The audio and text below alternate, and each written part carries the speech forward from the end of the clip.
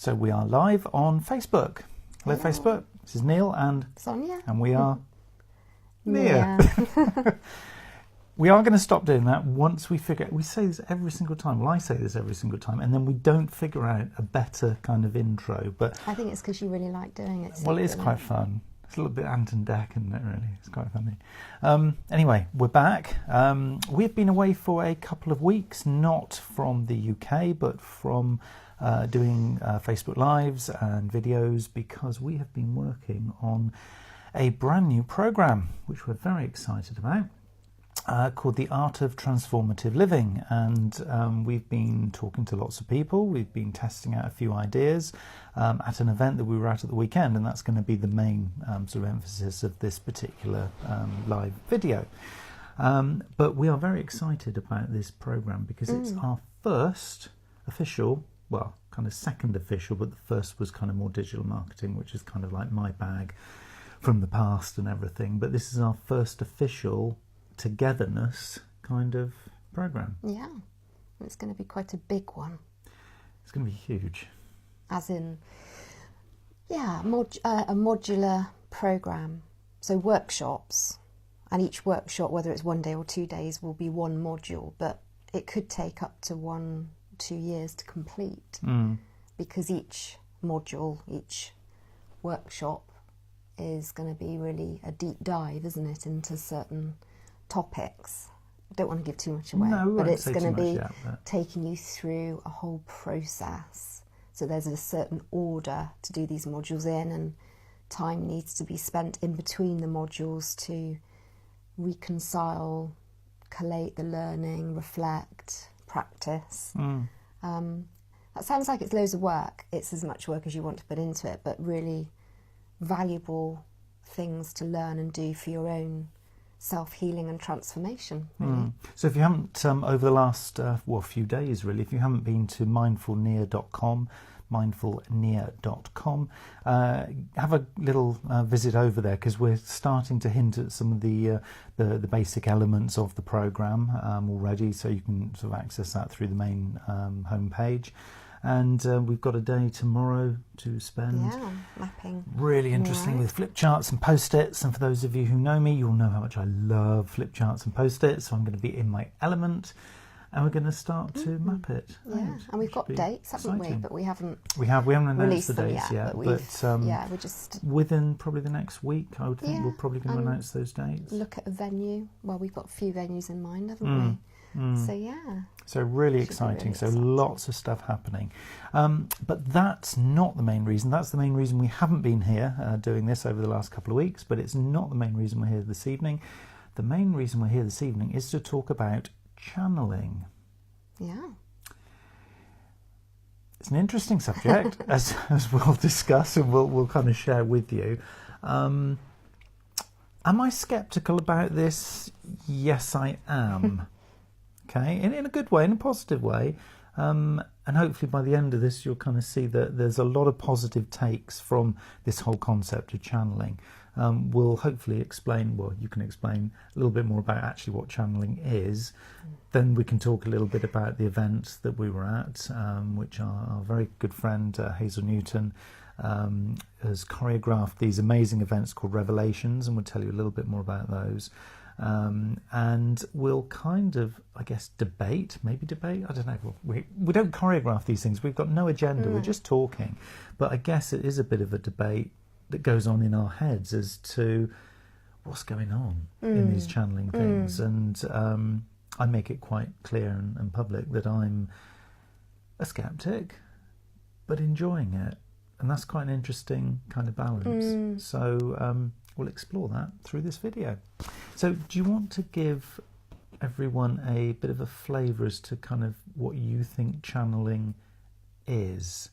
Because obviously there'll be people watching this who'll be thinking, channeling, what's that? I can try.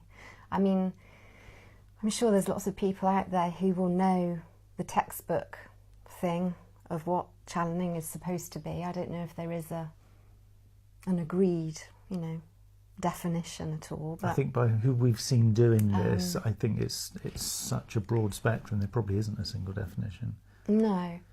Well, I know when I first, I've always been curious about it, and I've had some friends who have been to mediums to have readings, and then other friends who've talked about channels and channeling, and I was never really clear about the difference. And I'm not sure I've got this right, but from my perspective, from asking people who are channels and mediums, it seems like mediumship is where somebody has the skill to pick up and sense spirits, entities or energies around them, and use and communicate with those spirits and entities in order to inform people who are still on this planet in a physical body, and get messages, from maybe past loved ones. So that's one aspect. But channeling seems to be where an energy, an ascended master, some people say it's their higher self, actually comes through into the channel, the person who is being the channel. So the channel's body is used as a conduit, a vessel for that spirit or entity's voice to come through. So that is quite a difference between the two things. I don't know if I've explained that. Did that? Yeah, I think you have. And if you can imagine, again, sort of for people who might not have really even sort of picked up this concept of it at all, if you can imagine, as Sonya said, somebody not really kind of being themselves, but actually almost taking on maybe mannerisms, certainly tones of voice, maybe accents of this other, call it an entity or energy, and this other entity or energy actually talks through them. So it's almost like the person goes aside from their body, so they might sort of deeply relax, and they go to a special place that they see in their mind's eye. And if you've done any kind of sort of self-hypnosis or relaxation, you'll know that you can visualize places where you can take your mind so that actually it physically really feels like you're there.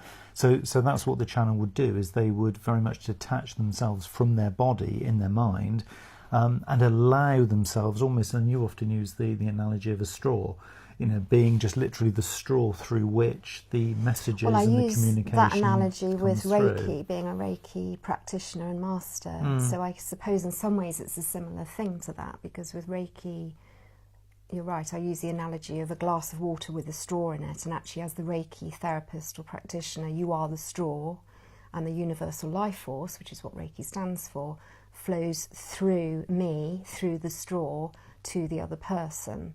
And there is a well of water in the glass, or available universal energy, from which, can then pass through the straw and into the other person. So that for me is about being a conduit. But picking up on what you've just said with channeling, so it's a very similar thing. You are being used, if you like, the channel is being used as a vessel for an energy to pass through you and use your voice and your body in whatever way it sees fit to communicate with other people and get a message across.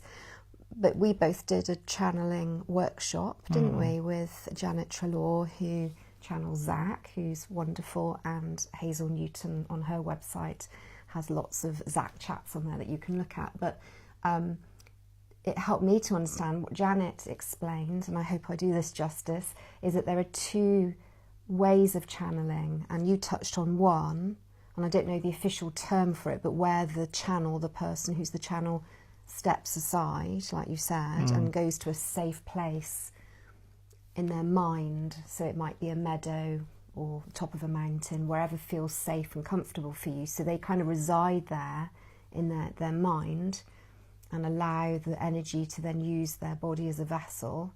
But then there's another form of channeling, which is blending, which is where, as I understand it, the energy using the channel's body and the person whose body it is blend together more, and there is more of a collaboration where yeah, I guess the person's voice, but thoughts maybe merge a bit more with the energy, and it's a synergy or a collaboration of the two. So the messages that come out are a combination of the energy, the ascended master, the entity, and the person who's the channel, which is quite interesting. So we've witnessed both, actually, haven't we? Both versions. And I'd say there is a difference. I mean, obviously every channel is going to be different in their own right anyway, but for me, when a channel sits aside and goes to their safe place, their meadow, and allows the energy to come through, to me, you seem to get a much stronger sense of the entity's personality come through. So you might find that they have an accent from another country, certain mannerisms, totally different to the person that you'd seen 10 minutes before sit down when they were Sally, whoever. And then when they go in the zone and the energy comes in, certain things happen. Quite often you see the body jolting or eyes flickering, because that's the energy coming into the physical body. But you get a real sense of that entity's personality often, don't you? And more so, I would say, than the blending technique, where that seems to be a bit more subtle. But that might just be the examples we've seen. It's difficult to tell. So that's kind of how it looks, and you can just go on to YouTube and search channeling, and you'll see a whole bunch of examples of some wild and wacky people. Yeah. There are wild and wacky people out there doing this stuff. For me, as a self-proclaimed skeptic of all of these things, I need evidence. You know, I'm that kind of person. The wild and wacky stuff, yeah, is interesting. It's quite entertaining to some extent. It's when you get real profound little moments of wisdom that it makes my ears prick up, and I think, hold on, that's something a little bit special, that's something a bit different. Is that really the person who is kind of almost not faking it? I don't want to say faking it, that's disrespectful, but if they're really trying to kind of almost put on a good show, particularly if there's an audience, as there was for us this last Sunday when we were at the event, as a skeptic, you can sit there and think, okay, and you're kind of listening, but then you get little moments of this kind of profound wisdom. You might, and it's not so much quotes or anything like that. It's just where the whole conversation goes to a whole different level, and you think, oh my word. You know, because we read quite a bit, and we're reading more and more. But it's not that kind of thing. It's not like somebody's memorised a really thought-provoking piece and then thinks, okay, I'll bring this out in my channeling. It's different. It comes from a different place. So for me as a skeptic, it's when those little moments happen and you think, oh, that was a bit special. And there's just something more behind it. You think there's something really in this. Now, I just wanted to kind of test whether or not, because again, we haven't really spoken about this, but I wanted to test whether or not you think there's something going on that's similar to what I report when I'm doing some of the training workshops that I might do with marketing and things, where it's almost, and I would describe it as kind of going into the zone, where I'm describing stuff and you say, oh goodness me, I mean, you talk more in those sessions than you do ever, certainly when we're at home or when we're out and doing stuff. It feels like I go to a different place, and I wonder whether with a small c, that in itself is channeling, because to me channeling could be, I'm not saying it is, but it could be something that's coming from subconscious. Yeah, I mean, if I don't know whether I'll do Janet's lovely workshop justice, but I think Janet talked about that, didn't she, with Zach, and saying, because I know she certainly talked about how we often think of channels as people who sit on a stage and flicker their eyes and then speak words of wisdom, but actually it can equally be somebody who writes and scribes lots of words, and that's channeling. It can be somebody who does art, and that's a form of channeling. So it doesn't have to be in the stereotypical speaking. So that would kind of fit with what you're saying to a certain degree, that I think actually maybe we're all channels and we all have that capability, but it's just whether we are open to receiving the wisdom. And maybe we're open to actually letting it flow. Because I think for me that's the difference. Certainly as I've grown older, I've realised I've got, I don't know, probably tenfold more capability now than say 20 years ago. If I tried to do some of the things in terms of talking about subjects and almost just opening myself up to describing things, particularly in front of an audience, say 20 years ago, I couldn't have done it anywhere near the level I can do it now. So here's a question then. So to try and decipher between the two. So you described to me when you're delivering your workshops, your digital workshops, that sometimes you will quite often, hopefully your students won't be listening to this, what I'm about to say. Hopefully they are. But quite often you'll be thinking of... Close your ears at this moment, all right? I don't know. I know what you're going to say. Well, I think the example you gave, because you do the food shop, don't you? But you'll be thinking of the food shop or what you've got to do next when your workshop finishes at 4 o'clock, whether it's usually a weekend, isn't it, and what we're doing that evening. And you'll be literally thinking about something else in quite a lot of detail, and you'll still be talking and flowing and giving everything that they need in the. So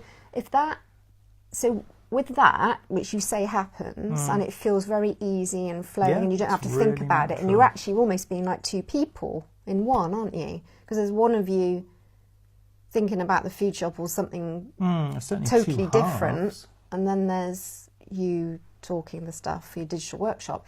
Now, is that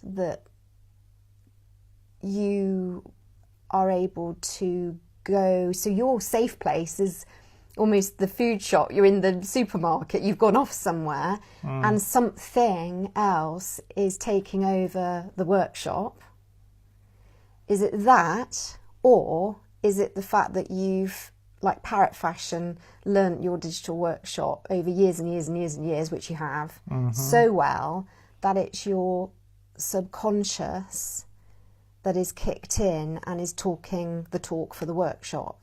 Because if I remember rightly on some of the other podcasts I've listened to, the subconscious is the equivalent of the computer, the main, what you call the main drive of the computer. It's got a huge memory bank and it's hugely powerful, but we don't tap into it and use it that often. But actually it's always going on in the background and it's hugely powerful.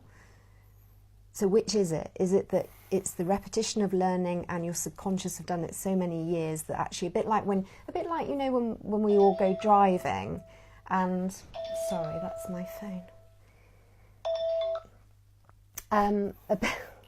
You can tell this is live, you know. That's my son in the other room who's on his Xbox phoning me. He channels when he's on playing PlayStation. I've lost my track now. What was I saying? When we go driving, I think all of us could admit to this a little bit, that when you learn to drive, you learn and learn and learn, and you do it every day. And then sometimes you can be driving on the school run or to work, something that you do every day. And sometimes you pull into the car park and you think, how did I get here? Because you've been thinking about something else the whole way. And that, I think, is your subconscious kicking in and taking over, because it is something that's so embedded in your learning. So which is it with you, do you think? How would you distinguish them? I think I'd have to really properly test this, and I could test it in little bite-sized chunks of activity and see whether or not, if I was to record myself, whether it was as coherent as I think it is.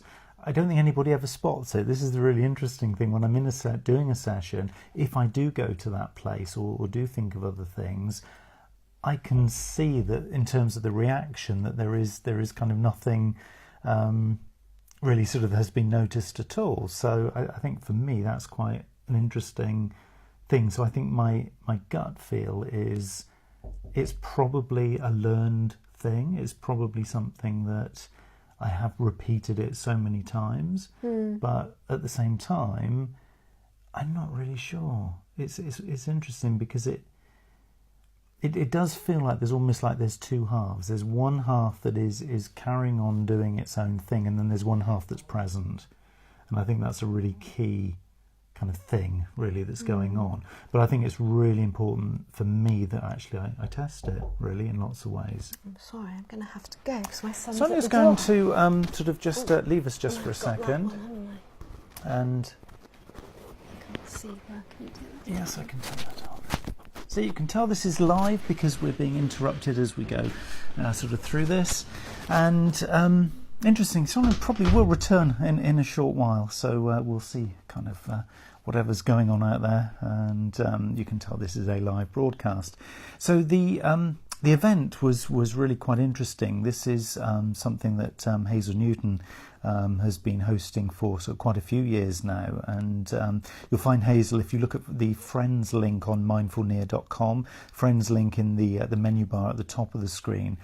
You'll see that there is a link to Hazel's portal where there are lots of really great examples. Janet, who Sonya was talking about there, is one of the really good examples actually in there. And what she's able to do is very much sort of introduce you to the whole concept of the whole sort of channeling experience, really. I think when I say that I'm very much of a skeptical mind, this is not in a negative way. It's just that it's one of those things that when you experience it, and as I say, Google, or pop into YouTube for some examples of channeling, and kind of you judge for yourself. I'm not here to sort of influence your opinion, but I think for me, some of it is just so incredible that it makes me feel skeptical. Now, that's not to say I'm being blinkered. It's not to say that I'm being, disrespectful to anybody who does this. And it may well be that in time, I find that actually there is something significant on the other side.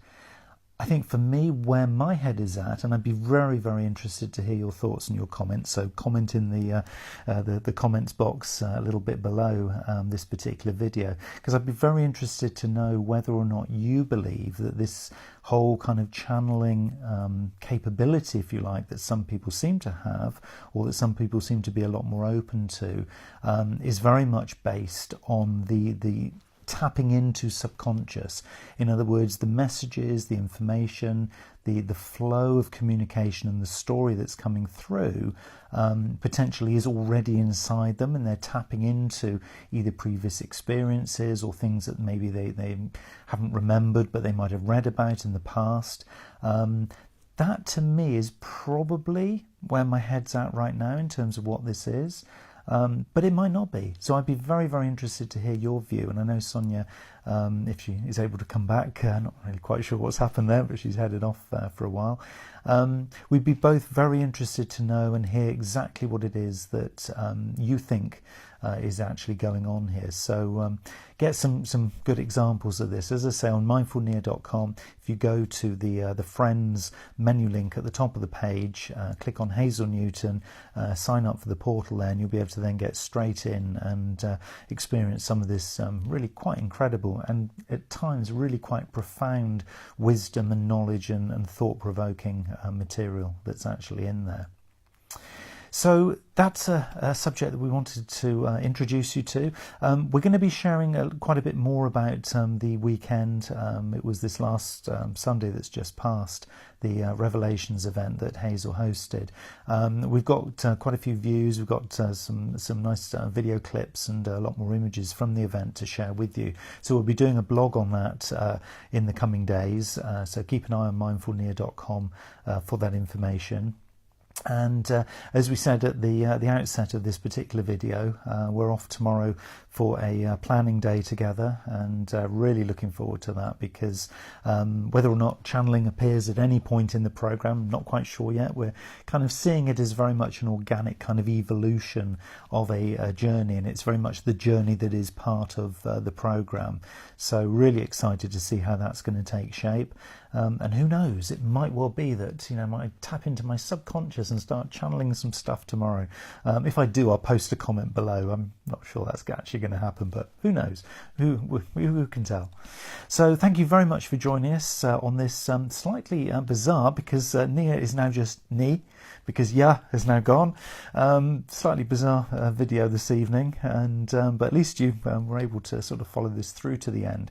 So it was just really to introduce you to the concept of channeling. As I say, mindfulneo.com. Look at Friends, look at Hazel Newton's portal on our website, and you'll find out a whole host more information on there. And do please, though, post the comments below when you have a look at that, or if you already have an opinion on channeling, because we'd love to hear your feedback and what you think. You might be a skeptic, you might be a complete an avid believer. It doesn't really matter, we'd love to hear from you. So thanks ever so much for joining us and joining me. This is Sonya, or was Sonya, and this is Neil. Thank you very much again for joining us on this particular Facebook Live, and we'll see you again very, very soon. Thanks a lot.